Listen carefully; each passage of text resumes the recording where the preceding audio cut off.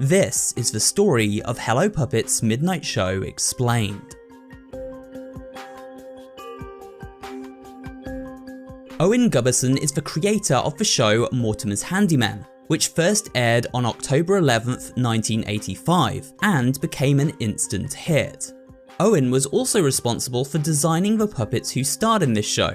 These puppets are Daisy Danger, a friendly homemaker who enters danger mode when angered, Knick Knack, an artistic puppet who enjoys to perform on the stage, Riley Ruckus, a scientist who is forever in search of more data to further her research, and also has a dog named Roscoe who's her pride and joy, and last but not least there is Mortimer Handy, the leader of the group and Owen's original legendary design.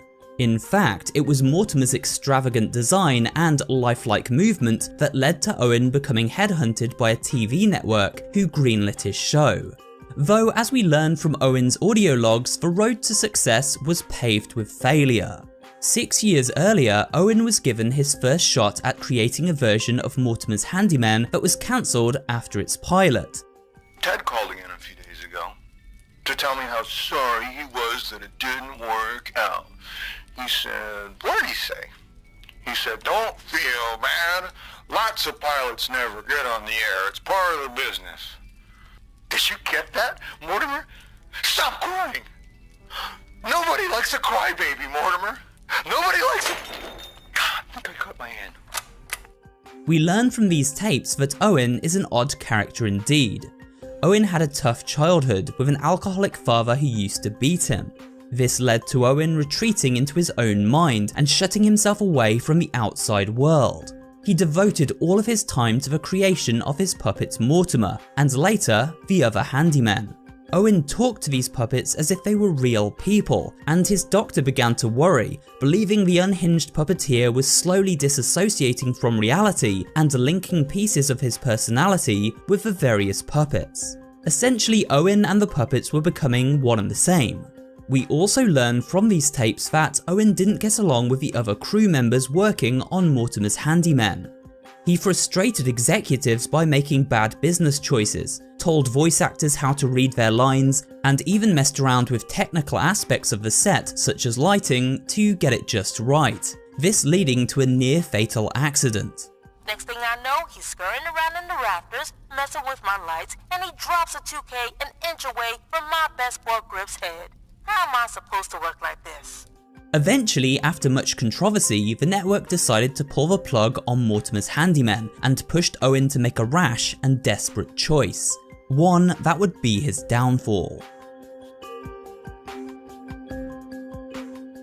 Hello Puppets begins with Owen heading for his office with a mysterious book in hand. We quickly learn why he has procured this book and what he intends to use it for. The book was sourced from an unnamed book dealer, who we later discover was a scam artist who usually tricked folk into buying up ancient relics for far more than they were worth. However, the dealer warns Owen that this book is different. It seems to be a legitimate relic with magical properties. The book is said to be a prison for a demonic entity known as Eniok. It was written in a mix of Greek and Hebrew by Gnostic monks many centuries ago, as a way to catalogue the dark magic of the world and keep it safe. However, as the years went by, the book fell into the wrong hands, and has now made its way to Owen's desk, who invested $500,000 of his show's budget to secure it. Owen's intention was to use a passage from the book to cast a spell on his puppets and bring them to life. While he was successful in doing so, it seems he cast the incorrect spell, and released the demon Eniok from its prison within the book and into the body of Mortimer. While it is suggested that Eniok may be the source of Mortimer's cruel and twisted persona, it is also possible that Eniok was simply a myth.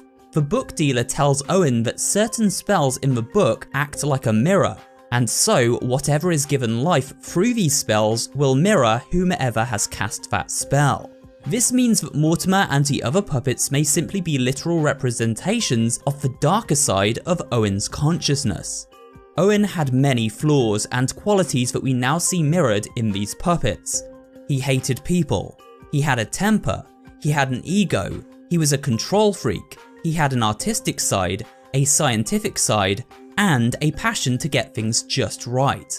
However, we also discover that Owen had a kind heart, an element not seen in the demonic puppets that pursue us through the game, but one that will appear within another puppet later in the story.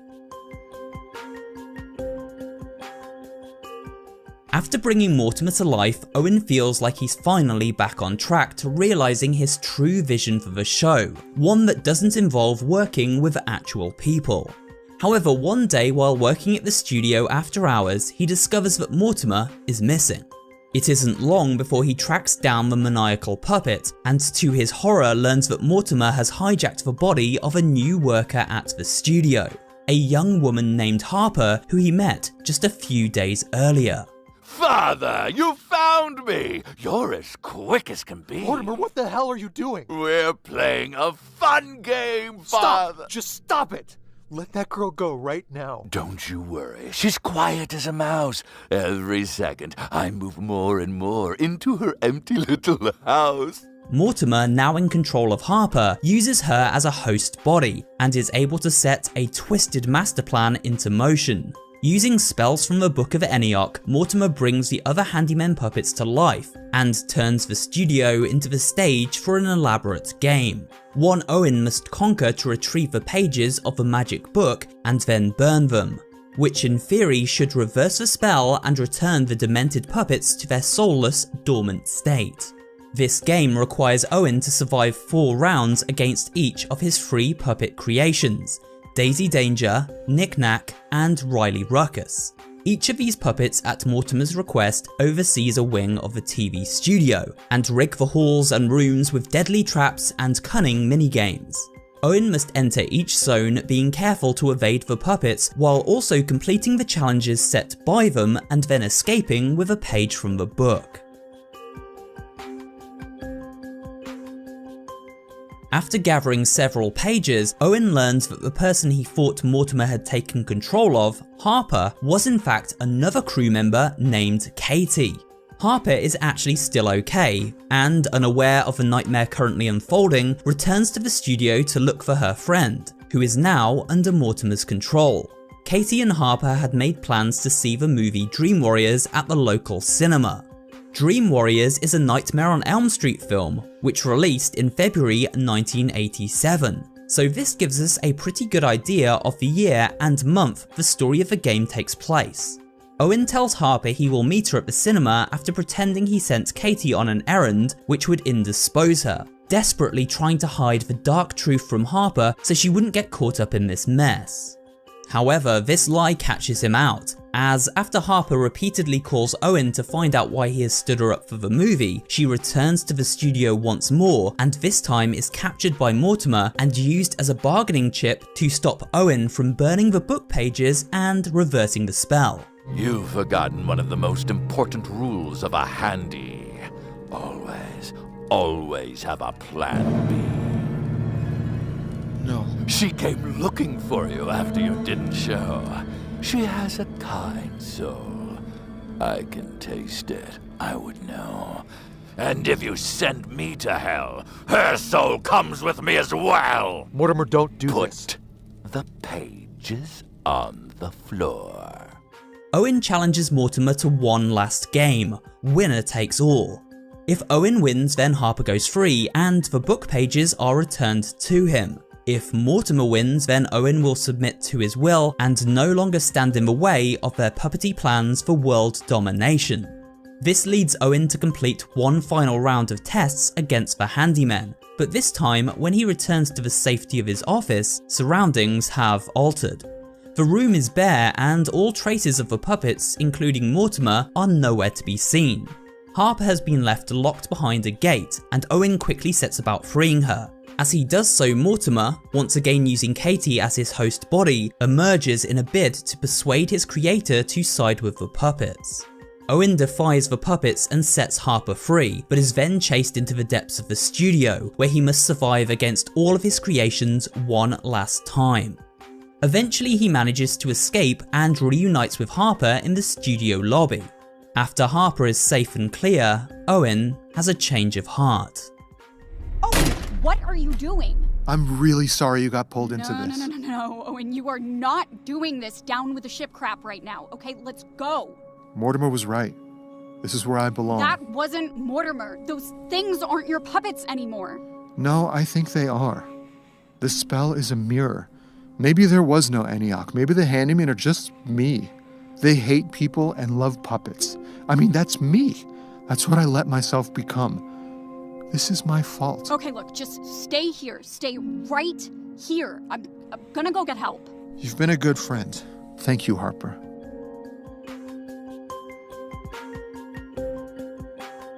And so we come to the grand finale of Hello Puppet's Midnight Show, and this is where we must theorycraft to make sense of its somewhat confusing last moments. As we make our way back to Owen's office, you will observe how the studio seems to have changed quite drastically since the story first began. The walls are charred and it seems to have fallen into a state of ruin. Sticky notes guide Owen back to his office, where he is asked to record a message on a tape player and then play it back. Doing so reveals a chilling reality. Hey Owen, welcome home. I don't have time to explain everything, and it seems like we remember less every time. So if you don't remember, just record a message to yourself and play it back. Okay. Hello, this is Owen Gubberson. Okay. Hello, this is Owen Gubberson. Ha! Owen is not Owen at all, at least not in body. While we play as Owen for much of the game, by its conclusion we are simply reliving his memories through the body of another host. If we listen to the secret audio logs collected throughout the game from the mysterious book dealer, we learn that in order for these puppets to sustain themselves, they require the acceptance of their creator, the person who brought them to life when first casting the spell. There's a catch though. Whatever you create is going to be permanently dependent on you to survive. Back in 1987, when Owen first brought his creations to life, he originally denounced them. Mortimer, desperate to seek the acceptance of his father, tasked scientist Riley with finding a way to transport Owen's consciousness, to take his memories and implant them in the mind of a new host. Continuation. Fascinating side effect. The psychic toll of moving minds between barriers that separate memory. Hosts will relive their own. I would suggest inducing this Feb 23 as many times as we need, altering variables until he chooses us. These hosts seem to be other members of the crew who worked on the show Mortimer's Handymen. We gather this information from names found on sticky notes and audio recordings that match up to those listed as working on the show. Carla, Jake, Joel, and finally Matilda. This is also why in the original Hello Puppets game we find the body of Owen Gubberson in such a horrific state, vampirically drained of his life force. Is it a one-time thing, or are these life forms, whatever they are, pulling life energy from you continuously to sustain themselves? Could it have a vampiric effect on you, slowly bleeding you out? This does explain why we revisit the different zones 4 times each, and with each visit, why we see more and more host bodies piling up and the scenery becoming gradually more dilapidated. The game's story takes place over a period of years, leading to the eventual storyline found in the sequel. This also explains the charred look of the studio as a fire broke out on February 24th, 1989, as a result of Riley's experimentation. There were no phone calls, no meetings with Harper. These events are simply memories from Owen's consciousness, now projected through the mind of a new test subject. The end goal being for Owen to choose the puppets, which he eventually does at the end of the game, but not before creating one final puppet himself, a puppet named Scout. But who am I? I mean, do I have a name? Of course, your name is Scout. Scout. I don't love that. There has been much speculation as to whether Scout is meant to be Owen's friend Harper, as she reveals her true name during the game's finale. Owen, wait! My friends don't actually call me Harper. That's my middle name. My name's Scout. Well, thanks, Scout. While Scout does visually resemble Harper and is surely based upon her, after much thought I do not believe this puppet contains Harper's soul or consciousness. Firstly, Scout doesn't retain any of Harper's memories. Secondly, while their voices are similar to a degree, both of these characters are in fact portrayed by different voice actors. And finally, we must remember that the other puppets did not actually contain human souls, but instead seem to be a mirror, one based on different elements of Owen's own persona. It seems Scout inherits the final piece of that personality, Owen's kind heart. Underneath his ego, bad temper, and disdain for humanity, we see Owen's actions throughout the game portray him as a man on a mission to set things right, and that is precisely the task he sets for Scout. Owen designs Scout as a weapon to destroy the other puppets, and although this doesn't quite pan out, she does at least help free a kidnapped host in the story of the original game. A host who no doubt went on to tell the world of these evil puppets, which may well lead to their apprehension and termination. Scout's creation also explains the sticky notes we encounter throughout the game world. These notes seem to be instructions, left by past versions of Owen who seeks to design and create the perfect version of Scout based on his inspiration for crew member Harper. These notes even remind him of a spell required to bring Scout to life. With his vision for Scout finally realised, Owen sees a future where his demented science experiment may finally be reversed, a mission he unfortunately failed to achieve himself. With his quest complete, Owen finally submits to the will of the Handyman, creator and creation becoming one and his life force used to sustain them.